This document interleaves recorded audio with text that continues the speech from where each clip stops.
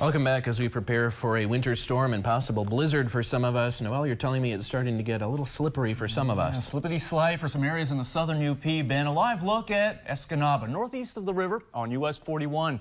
It's a mess of a mix from wet snow to rain. Can't even rule out some freezing rain or sleet in those areas there, but temperatures are above freezing. Currently 36 in Escanaba. How low is the pressure? The pressure is low, 29.65 inches on the barometer. Moderate snow being observed across Golden Lakes around Iron County, US 2 at Federal Forest Highway 16. So already coming down, not collecting just yet, but it's only going to intensify from there. Here's your satellite and radar. We stopped the loop. It's a mix across areas of Little Bay de Noc, Lake Michigan, but then snow as you traverse towards Sagola and Iron Mountain and then towards Watersmeet along the Wisconsin border. So it's starting to make its south to north trip. All this precipitation, all this mess across upper Michigan to impact us for midweek. Weather alerts effective tonight. We've got winter storm warning shaded in that magenta, that pink from the west end of the UP to Luce County, but even higher is that blizzard warning applicable for the Baraga and Marquette counties. And then we've got to the east end of the UP in purple, winter weather advisory still impacting,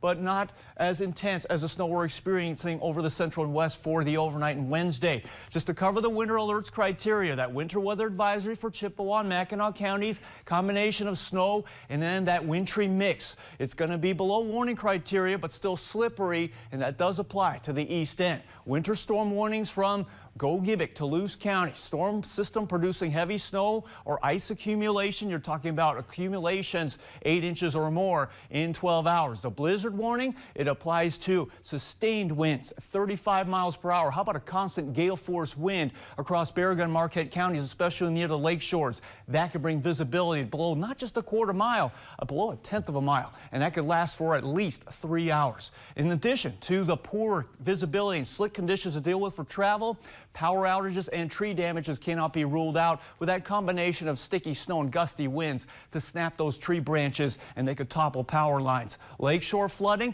high waves and beach erosion, especially for Lake Superior shorelines. There is a lakeshore flood advisory around Lake Superior. Got a low pressure center over in Chicago.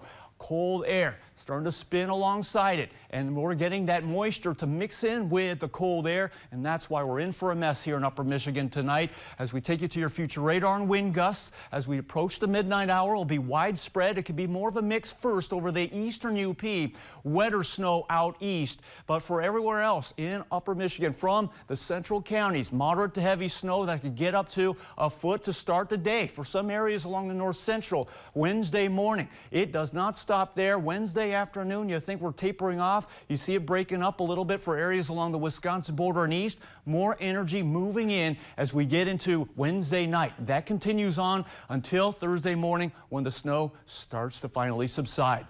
We're going to look at a drier period towards the weekend. Projected snow amounts could exceed 2 feet for some areas between Baraga and Marquette counties, 1.5 feet around the north central, and a foot possible for areas as far south as Green Bay and Manitowoc, Wisconsin. TV6 extended forecast, temperature lows around 30 and temperatures ranging around the 30s for tomorrow. We get drier weather for the Saturday and Sunday, and even warmer. If you could remove some of that snow on Friday, that would be a good bet for your weekend plans, because there's going to be some water ponding with all that snow melting, Ben. All right, thanks, Noel. Kevin?